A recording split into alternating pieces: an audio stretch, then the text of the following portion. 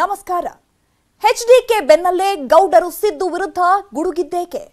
ಡಿಕೆಶಿ ಪರಂ ಖರ್ಗೆಗೂ ಟಗರಿನ ಮೇಲೆ ಮುನಿಸ. ಸಿದ್ದು ವಿರುದ್ಧ ಹೆಣೆದ್ರ ರಾಜಕೀಯ ಚಕ್ರವ್ಯೂಹ. ಇಷ್ಟು ದಿನ ಸೈಲೆಂಟ್ ಆಗಿದ್ದ ಗೌಡ್ರು ತಮ್ಮ ಶಿಷ್ಯನ ವಿರುದ್ಧ ಮುಗಿಬಿದ್ದಿದ್ದಾರೆ.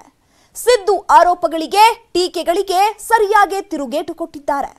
ಇದೇ ಈ ಹೊತ್ತಿನ ಫೋಕಸ್ 18 ಟಾರ್ಗೆಟ್ ಟಗರು. ನಾನು ಚೈತ್ರರಾಜ್. ಕಳೆದ 3 ತಿಂಗಳಿಂದ ನಮ್ಮ ಪಕ್ಷದ ಬಗ್ಗೆ ಹಲವಾರು ರೀತಿ ವ್ಯಾಖ್ಯಾನಗಳು ಬರ್ತಾ ಇದೆ. ಅದೊಂದು ರೀತಿ ಮನರಂಜನೆ ಕಾರ್ಯಕ್ರಮ ಅಂತ ಹೇಳ್ಬೋದು. Deve Gowda is A B team. ಒಬ್ಬ ಮಾಜಿ ಪ್ರಧಾನಮಂತ್ರಿ. ಯಾರು ಹೇಳಿಸಿದ್ದು? JDS ಉಳಿಸ್ಬೇಕು ಅಂತನೋ ಮುಗಿಸ್ಬೇಕು ಅಂತನೋ? 130 78ಕ್ಕೆ ಯಾಕೆ ಬಂತು? ನಿಮ್ಮ ಹಾಲು, ಅಕ್ಕಿ, ಹಣ್ಣ, ಭಾಗ್ಯಗಳು, ಭಾಗ್ಯದ ಮೇಲೆ ಭಾಗ್ಯ.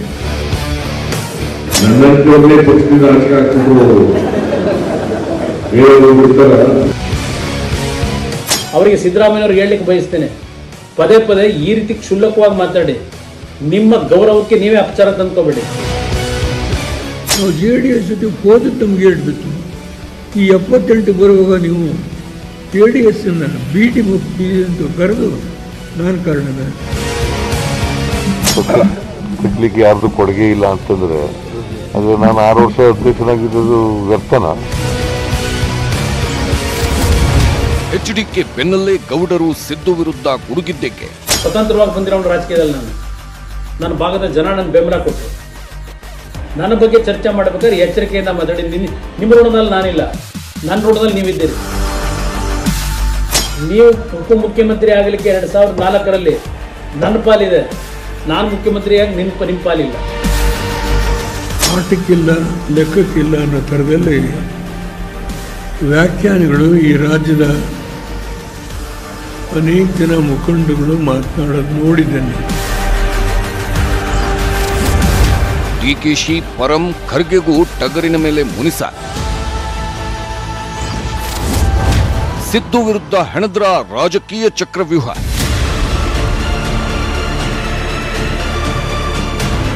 ಒಂದು ಸ್ಪಷ್ಟವಾಗಿ ಹೇಳ್ತೇನೆ,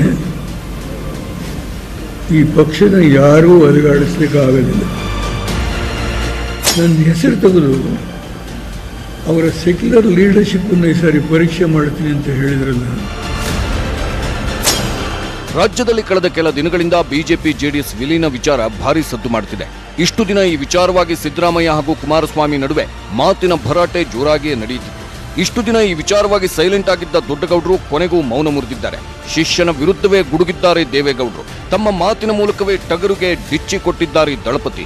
ಮಾತಿನ ಕದನದ ಅಖಾಡಕ್ಕಿಳಿದಿರೋ ದೇವೇಗೌಡರು ಸಿದ್ದು ಅವರ ಒಂದೊಂದು ಹೇಳಿಕೆಗೂ ಉತ್ತರ ಕೊಟ್ಟು ತಿರುಗೇಟು ಕೊಟ್ಟರು. ನನ್ನ ಜಾತ್ಯತೀತ ನಿಲುವಿಗೆ ಮಸಿ ಬಳಿಯೋ ಪ್ರಯತ್ನ ಮಾಡಬೇಡಿ ಅಂತ ಅಬ್ಬರಿಸಿದ್ದಾರೆ ಮಾಜಿ ಪ್ರಧಾನಿ ದೇವೇಗೌಡರು.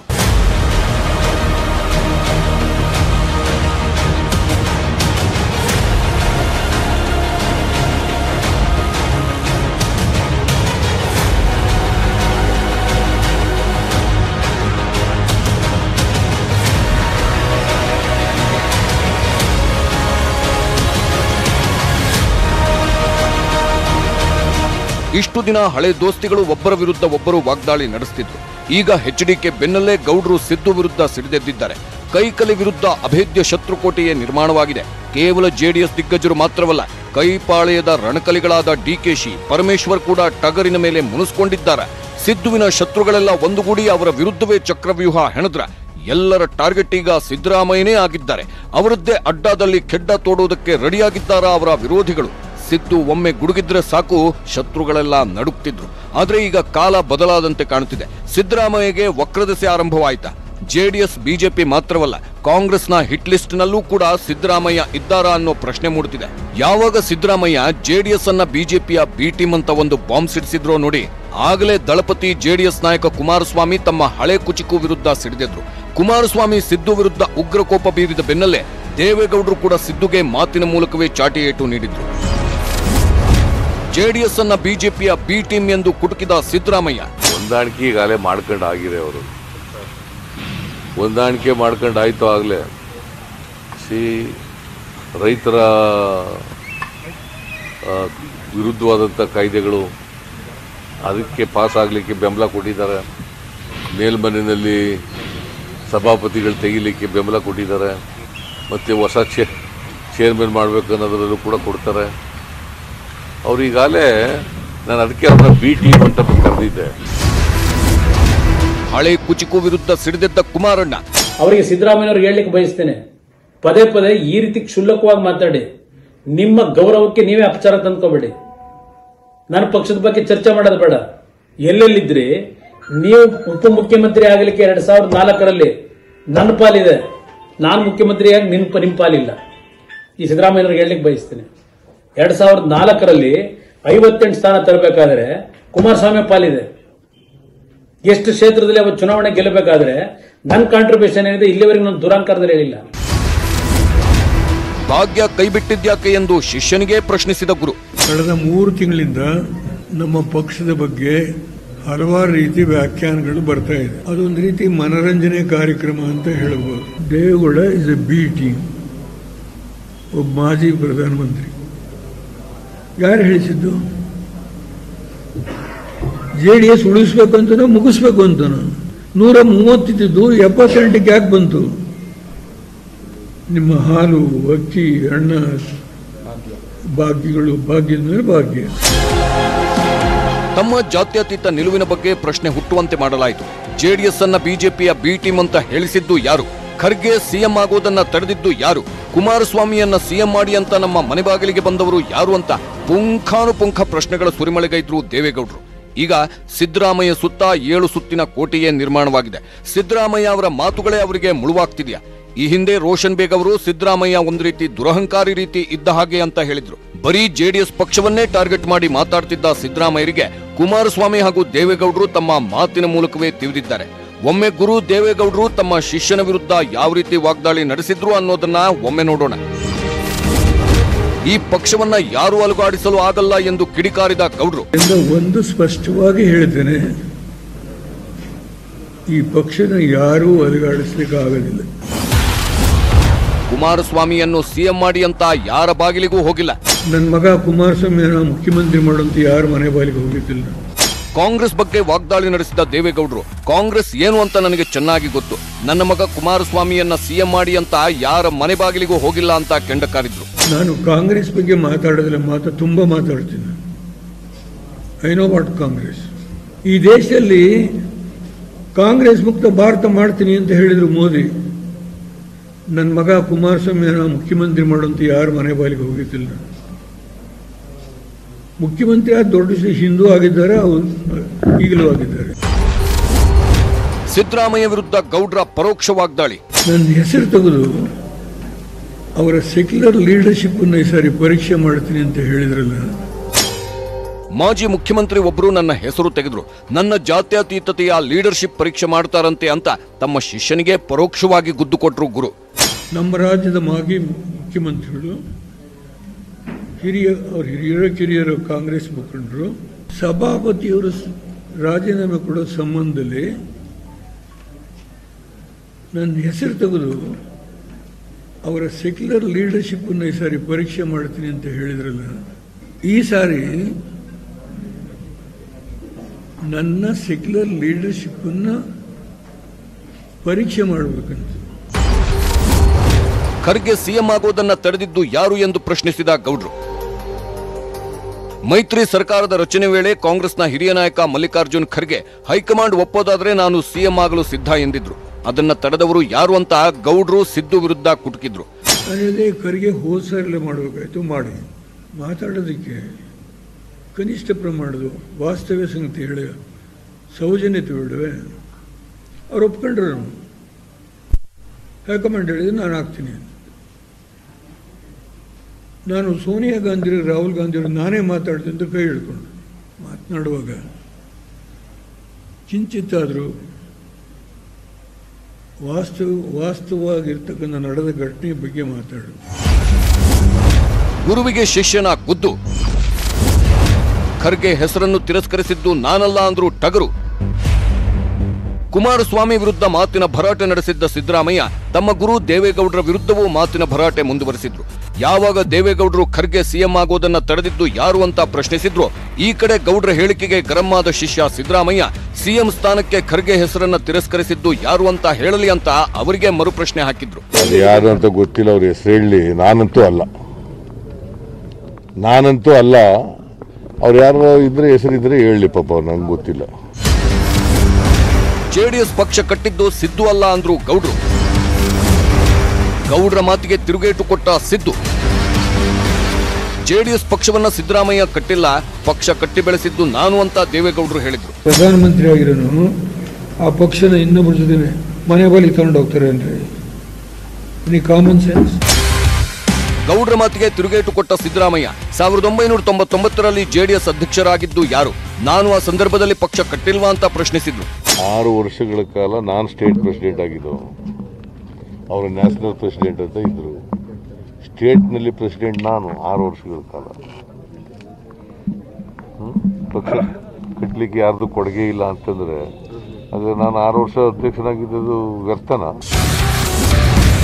ಸಿದ್ದು ಆರೋಪದಿಂದ ಪಕ್ಷಕ್ಕೆ ಡ್ಯಾಮೇಜ್. ವಿಲೀನ ಅಂದವನಿಗೆ ಸೆನ್ಸ್ ಇಲ್ಲ. ಸಿದ್ದರಾಮಯ್ಯ ಜೆಡಿಎಸ್ ಪಕ್ಷವನ್ನ ಬಿಜೆಪಿ ಪಕ್ಷದ ಬಿ ಟೀಮ್ ಅಂತ ಬಾಂಬ್ ಸಿಡಿಸಿದ್ರು. ಇದಕ್ಕೆ ಉತ್ತರಿಸಿದ ದೇವೇಗೌಡರು, ಸಿದ್ದರಾಮಯ್ಯ ಆರೋಪದಿಂದ ಪಕ್ಷಕ್ಕೆ ಡ್ಯಾಮೇಜ್ ಆಗಿದೆ, ತಾನು ಬದುಕಿರುವವರೆಗೂ ವಿಲೀನ ಸಾಧ್ಯವಿಲ್ಲ ಅಂದ್ರು. ಯಾರಪ್ಪ ಅಂತ ಜ್ಯೋತಿಷ್ಯ ಹೇಳಿದ್ರು. ಪ್ರಧಾನಮಂತ್ರಿ ಆಗಿರೋನು ಆ ಪಕ್ಷನ ಇನ್ನೊಬ್ಬರ ಜೊತೆ ಮನೆ ಬಳಿ ತಗೊಂಡು ಹೋಗ್ತಾರೆ ಅಂದ್ರೆ ಕಾಮನ್ ಸೆನ್ಸ್. ಪಕ್ಷ ಉಳಿಯುತ್ತೆ, ಬೆಳೆಯುತ್ತೆ. ನಾನೇನು ಶಾಶ್ವತ ಅಲ್ಲ, ನಾನು ಹೋದ್ಮೇಲೆ ಈ ಪಕ್ಷ ಉಳಿಯುತ್ತೆ, ಬೆಳೆಯುತ್ತೆ. ಹೀಗೆ ಸಿದ್ದರಾಮಯ್ಯ ಜೆಡಿಎಸ್ ಪಕ್ಷದ ಮೇಲೆ ಮಾಡಿದ ಎಲ್ಲ ಆರೋಪಗಳಿಗೂ ದೇವೇಗೌಡರು ಖಡಕ್ಕಾಗಿಯೇ ಉತ್ತರಿಸಿದ್ರು. ಶಿಷ್ಯನ ಪ್ರತಿಯೊಂದು ಆರೋಪಕ್ಕೂ ತಿರುಗೇಟು ನೀಡಿದ್ರು ದಳಪತಿ. ಟಗರು ವಿರುದ್ಧ ಅಭೇದ್ಯ ಕೋಟೆ ನಿರ್ಮಾಣವಾಗಿದ್ಯಾ? ಅಷ್ಟಕ್ಕೂ ಕೈ ಕಲಿಗಳಿಗೆ ಸಿದ್ದು ಮೇಲೆ ಮುನಿಸ್ಯಾಕೆ? ಈ ಬಗ್ಗೆ ತೋರಿಸ್ತೀವಿ ನೋಡಿ. ಸಿದ್ದುನ ಕಂಡ್ರೆ ಕೈ ಕಲಿಗಳಿಗೂ ಕೋಪನ.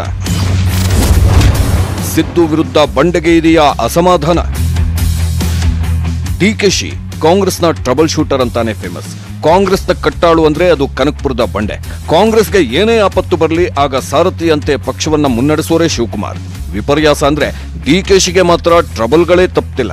ಸದಾ ತಾನು ಕಾಂಗ್ರೆಸ್ನ ಕಾರ್ಯಕರ್ತ ಅನ್ನೋ ಡಿಕೆಶಿಗೆ ಹಲವು ಹಗ್ಗಜಗ್ಗಾಟದ ಬಳಿಕ ಕೆಪಿಸಿಸಿ ಚುಕ್ಕಾಣಿ ಹಿಡಿಯೋ ಅದೃಷ್ಟ ಒಲಿದು ಬಂತು. ಡಿಕೆಶಿಗೆ ಕೆಪಿಸಿಸಿ ಅಧ್ಯಕ್ಷ ಗದ್ದುಗೆಗೆ ಅಡ್ಡಗಾಲು ಹಾಕಿದ್ದೇ ಸಿದ್ದರಾಮಯ್ಯ ಅನ್ನೋ ಮಾತುಗಳಿವೆ.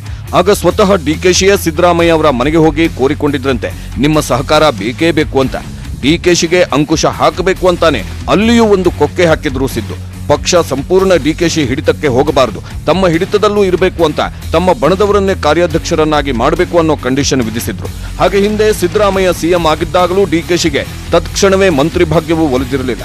ಹೀಗಾಗಿ ಈ ಎಲ್ಲ ಕಾರಣಗಳಿಂದ ಡಿಕೆಶಿ ಸಿದ್ದು ವಿರುದ್ಧ ಮುನಿಸಿಕೊಂಡಿರಬಹುದು ಅನ್ನೋ ಮಾತುಗಳು ರಾಜಕೀಯ ವಲಯದಲ್ಲಿ ಓಡಾಡ್ತಿವೆ. ಪರಂ ಸೋಲಿಗೆ ಸಿದ್ದುನೇ ಕಾರಣನ? 2013ರ ಟೈಮ್ನಲ್ಲಿ ಪರಮೇಶ್ವರ್ ಕೆಪಿಸಿಸಿ ಅಧ್ಯಕ್ಷರಾಗಿದ್ದರು. ಕೆಪಿಸಿಸಿ ಅಧ್ಯಕ್ಷರಾಗಿದ್ದರಿಂದ ಸಹಜವಾಗಿಯೇ ಅವರು ಸಿಎಂ ರೇಸ್ನಲ್ಲಿದ್ದರು. ಮುಖ್ಯಮಂತ್ರಿ ಹುದ್ದೆಗೆ ಅವರ ಹೆಸರು ಪ್ರಬಲವಾಗಿ ಕೇಳಿಬರ್ತಿತ್ತು. 2013ರ ವಿಧಾನಸಭಾ ಚುನಾವಣೆಯಲ್ಲಿ ಬಿಜೆಪಿ ವಿರುದ್ಧ ಆಡಳಿತ ವಿರೋಧಿ ಅಲೆ ಇತ್ತು. ಹಾಗಾಗಿ ಕೊರಟಗೆರೆಯಲ್ಲಿ ಪರಮೇಶ್ವರ್ ಗೆಲ್ತಾರೆ ಅಂತಾನೆ ಭಾವಿಸಲಾಗಿತ್ತು. ಆದ್ರೆ ವಿಪರ್ಯಾಸ ಅಂದ್ರೆ ಆ ಚುನಾವಣೆಯಲ್ಲಿ ಪರಮೇಶ್ವರ್ ಕೊರಟಗೆರೆ ಕ್ಷೇತ್ರದಲ್ಲಿ ಸೋಲು ಅನುಭವಿಸಿದ್ರು. ಪರಮೇಶ್ವರ್ ಸೋಲೋದಕ್ಕೆ ಸಿದ್ದರಾಮಯ್ಯನವರೇ ಕಾರಣ ಎಂಬ ಮಾತುಗಳು ಆಗ ಬಹಳ ಓಡಾಡ್ತಿತ್ತು. ಇದೇ ಕಾರಣದಿಂದಲೇ ಯಾವುದೇ ಆಯ್ಕೆಗಳಿಲ್ಲದೆ ಸಿದ್ದರಾಮಯ್ಯ ಅವಿರೋಧವಾಗಿ ಸಿಎಂ ಆಗಿ ಆಯ್ಕೆಯಾದ್ರು. ಇದರಿಂದ ಪರಂ ಒಳಗೊಳಗೆ ಸಿದ್ದು ವಿರುದ್ಧ ಕುದೀತಿರಬಹುದಾ ಅನ್ನೋ ಪ್ರಶ್ನೆಗಳಿವೆ. ಖರ್ಗೆಗೂ ಅಡ್ಡಗಾಲು ಹಾಕಿದ್ರ ಸಿದ್ದು? ಖರ್ಗೆ ಕಾಂಗ್ರೆಸ್ನ ಹಿರಿಯ ಮುಖಂಡ. ಕಳೆದ ಲೋಕಸಭಾ ಚುನಾವಣೆಯ ಸೋಲನ್ನು ಬಿಟ್ರೆ ಈ ಹಿಂದೆ ಖರ್ಗೆ ಯಾವುದೇ ಚುನಾವಣೆಯಲ್ಲೂ ಸೋಲನ್ನೇ ಕಂಡಿರಲಿಲ್ಲ. 2018ರಲ್ಲಿ ಅವರಿಗೂ ಕೂಡ ಸಿಎಂ ಆಗುವ ಅದೃಷ್ಟ ಒಲಿದು ಬಂದಿತ್ತು. ಆಗ ದೇವೇಗೌಡರು ಕೂಡ ಖರ್ಗೆಯವರನ್ನೇ ಸಿಎಂ ಮಾಡಿ ಅಂತ ಹೇಳಿದ್ರಂತೆ. ಆಗ ಈ ವಿಚಾರವನ್ನ ಹೈಕಮಾಂಡ್ಗೆ ತಿಳಿಸದಂತೆ ನನ್ನ ಕೈ ಹಿಡಿದುಕೊಂಡವರು ಯಾರು ಅಂತ ಗೌಡರು ಪ್ರಶ್ನಿಸಿದ್ರು. ಒಂದು ವೇಳೆ ಸಿದ್ದರಾಮಯ್ಯ ಕೂಡ ಹೈಕಮಾಂಡ್ಗೆ ಮನವಿ ಮಾಡಿಕೊಂಡಿದ್ರೆ ಖರ್ಗೆಗೆ ಸಿಎಂ ಪಟ್ಟ ಒಲಿದು ಬರುತ್ತಿತ್ತೇನೋ. ಈ ವಿಚಾರವಾಗಿ ಖರ್ಗೆಗೆ ಸಿದ್ದರಾಮಯ್ಯ ವಿರುದ್ಧ ಕೋಪ ಇದ್ರೂ ಇರಬಹುದು ಎಂಬ ಮಾತಿದೆ. ಹೀಗೆ ಸಿದ್ದರಾಮಯ್ಯ ಸುತ್ತಮುತ್ತಲೂ ಶತ್ರುಗಳ 7 ಸುತ್ತಿನ ಕೋಟೆ, ಅಭೇದ್ಯ ಕೋಟೆ ನಿರ್ಮಾಣವಾಗಿದ್ದಂತೂ ಸುಳ್ಳಲ್ಲ. ಸಿದ್ದು ಮುಂದಿನ ಹಾದಿ ಅಂದುಕೊಂಡಷ್ಟು ಸುಲಭವಾಗಿಲ್ಲ, ಬೆಟ್ಟದಷ್ಟು ಸವಾಲುಗಳಿವೆ. ಹಾಗಾದ್ರೆ ಟಗರುಗೆ ಎದುರಾಗಿರೋ ಆ ಚಾಲೆಂಜಸ್ಗಳು ಯಾವುದು? ಈ ಬಗ್ಗೆ ಹೇಳ್ತೀವಿ ಚಿಕ್ಕ ಬ್ರೇಕ್ನ ಬಳಿಕ. ಹಲವು ಸಂಕಷ್ಟಗಳು ಎದುರಾಗುತ್ತಾ? ಇದಿಷ್ಟೇ ಅಲ್ಲ, ಇದರ ಜೊತೆಗೆ ಕೈ ರಣಕಲಿ ಮುಂದೆ ಹಲವು ಸವಾಲುಗಳಿವೆ. ಆ ಸವಾಲುಗಳು ಯಾವುವು ಅನ್ನೋದನ್ನ ತೋರಿಸ್ತೀವಿ ನೋಡಿ. ಸಿದ್ದರಾಮಯ್ಯ ಮುಂದೆ ಹಲವಾರು ಸವಾಲುಗಳಿವೆ. ಅವರ ಇಚ್ಛೆಯಂತೆಯೇ ಅವರು ಶಾಸಕಾಂಗ ಹಾಗೂ ಪ್ರತಿಪಕ್ಷದ ನಾಯಕರಾಗಿದ್ದಾರೆ. ಕೆಪಿಸಿಸಿ ಅಧ್ಯಕ್ಷ ಪಟ್ಟವನ್ನು ತಮ್ಮ ಬಣದವರೇ ಆದ ಎಂಬಿ ಪಾಟೀಲ್ಗೆ ಕೊಡಿಸಬೇಕು ಅನ್ನೋದು ಸಿದ್ದರಾಮಯ್ಯ ಅವರ ಒತ್ತಾಸೆಯಾಗಿತ್ತು. ಆದರೆ ಅದು ಡಿಕೆಶಿ ಪಾಲಾಗಿದೆ. ಹಾಗಾಗಿ ಪಕ್ಷದ ಸಂಪೂರ್ಣ ಹಿಡಿತ ಈಗ ಅವರ ಕೈನಲ್ಲಿ ಇಲ್ಲ. ಸಾಮಾನ್ಯವಾಗಿ ಕೆಪಿಸಿಸಿ ಅಧ್ಯಕ್ಷರಾಗಿದ್ದವರಿಗೆ ಸಿಎಂ ಪಟ್ಟ ಒಲಿದು ಬರುವುದು ವಾಡಿಕೆ. ಹಾಗಾಗಿ ಡಿಕೆಶಿ ಈಗ ಸಿಎಂ ರೇಸ್ನಲ್ಲಿದ್ದಾರೆ. ಸಿದ್ದರಾಮಯ್ಯ ಚುನಾವಣಾ ನಿವೃತ್ತಿ ತೆಗೆದುಕೊಳ್ತೀನಿ ಅಂತ ಒಮ್ಮೆ ಹೇಳ್ತಾರೆ, ಮತ್ತೊಮ್ಮೆ ಜನ ಮತ್ತೊಮ್ಮೆ ಅವಕಾಶ ಕೊಟ್ಟರೆ ಸಿಎಂ ಆಗಬಾರ್ದಾ ಅಂತಾನೂ ಪ್ರಶ್ನಿಸ್ತಾರೆ. ಹಿಂದೆ ಪಕ್ಷದಲ್ಲಿ ಸಿದ್ದು ಮಾತೆ ವೇದವಾಕ್ಯವಾಗಿತ್ತು. ಹೈಕಮಾಂಡ್ ಕೂಡ ಸಿದ್ದರಾಮಯ್ಯ ಮಾತಿಗೆ ಹೂಗುಡ್ತಿತ್ತು. ಆದರೆ ಈಗ ಪರಿಸ್ಥಿತಿ ಬದಲಾಗಿದೆ. ಸಿದ್ದು ನೇತೃತ್ವದಲ್ಲೇ ಕಾಂಗ್ರೆಸ್ ಉಪಚುನಾವಣೆಯಲ್ಲೂ ಹೀನಾಯವಾಗಿ ಸೋಲ್ತು. ಲೋಕಸಭೆ ಚುನಾವಣೆಯಲ್ಲೂ ಮುಗ್ಗರಿಸಿ ಬಿತ್ತು. ಹಾಗಾಗಿ ಹೈಕಮಾಂಡ್ ಈಗ ಸಿದ್ದುಗೆ ಮೊದಲಿನಂತೆ ಮಣೆ ಹಾಕ್ತಿಲ್ಲ ಅನ್ನೋ ಮಾತುಗಳು ಇವೆ. ಚಾಮುಂಡೇಶ್ವರಿ ಕ್ಷೇತ್ರದಲ್ಲಿ ಸೋಲೋಕೆ ನಮ್ಮವರೇ ಕಾರಣ ಅಂತ ಸಿದ್ದು ಮೊನ್ನೆಯಷ್ಟೇ ಹೇಳಿಕೆ ಕೊಟ್ಟಿದ್ರು. ಸಿದ್ದು ಈ ಹೇಳಿಕೆಗೆ ಡಿಕೆಶಿ, ಪರಮೇಶ್ವರ್, ಸತೀಶ್ ಜಾರಕಿಹೊಳಿ ಕೆಂಡಾಮಂಡಲರಾಗಿದ್ರು. ಸಿದ್ದು ಈ ಹೇಳಿಕೆ ಪಕ್ಷಕ್ಕೆ ಮುಜುಗರ ತಂದಿದೆ. ಪಕ್ಷದ ಎಲ್ಲಾ ನಾಯಕರನ್ನು ನಡೆಸಿಕೊಂಡು ಹೋಗುವ ಜವಾಬ್ದಾರಿಯೂ ಸಿದ್ದು ಹೆಗಲ ಮೇಲಿದೆ. ಹಾಗಾಗಿ ಸಿದ್ದರಾಮಯ್ಯ ಯಾವುದೇ ಹೇಳಿಕೆ ಕೊಡಬೇಕಾದ್ರೂ ತುಂಬಾ ಯೋಚನೆ ಮಾಡಿ ಕೊಡಬೇಕಾಗುತ್ತೆ. ಇನ್ನೊಂದು ಕಡೆ ಡಿಕೆಶಿ ಯಾವಾಗಲೂ ಪಕ್ಷಕ್ಕೆ ಆಪದ್ಬಾಂಧವರಾಗಿಯೇ ಮುಂದೆ ಬಂದು ನಿಲ್ತಾರೆ. ಡಿಕೆಶಿಯ ಈ ಗುಣವೇ ಹೈಕಮಾಂಡ್ ಮನಸ್ಸನ್ನ ಗೆದ್ದಿದೆ. ಇದೇ ಮುಂದಿನ ದಿನಗಳಲ್ಲಿ ಡಿಕೆಶಿಗೆ ಪ್ಲಸ್ ಪಾಯಿಂಟ್ ಆಗಬಲ್ಲದು. ಎಲ್ಲ ಸವಾಲುಗಳನ್ನು ಹಿಮ್ಮೆಟ್ಟಿಕೊಂಡು ಮುಂದೆ ಬರೋದು ಸಿದ್ದುಗೆ ಅಷ್ಟೊಂದು ಸುಲಭದ ಮಾತಲ್ಲ ಅನ್ನೋದು ರಾಜಕೀಯ ಪಂಡಿತರ ವಿಶ್ಲೇಷಣೆ. ಅಷ್ಟ ದಿಕ್ಕುಗಳಲ್ಲಿಯೂ ಸಿದ್ದರಾಮಯ್ಯಗೆ ಶತ್ರುಕೋಟೆ ನಿರ್ಮಾಣವಾಗಿದೆ. ಇವರೆಲ್ಲರ ಟಾರ್ಗೆಟ್ನಿಂದ, ಕೆಂಗಣ್ಣಿನಿಂದ ಟಗರು ಪಾರಾಗೋದು ಸ್ವಲ್ಪ ಕಷ್ಟನೇ ಅಂತ ಹೇಳಲಾಗ್ತಿದೆ. ಇದಾಗಿತ್ತು ಈ ಹೊತ್ತಿನ ಫೋಕಸ್ 18. ನೋಡ್ತಾ ಇರಿ ನ್ಯೂಸ್ 18 ಕನ್ನಡ. ಜಾಲ ನಮ್ಮದು, ಬಲ ನಿಮ್ಮದು.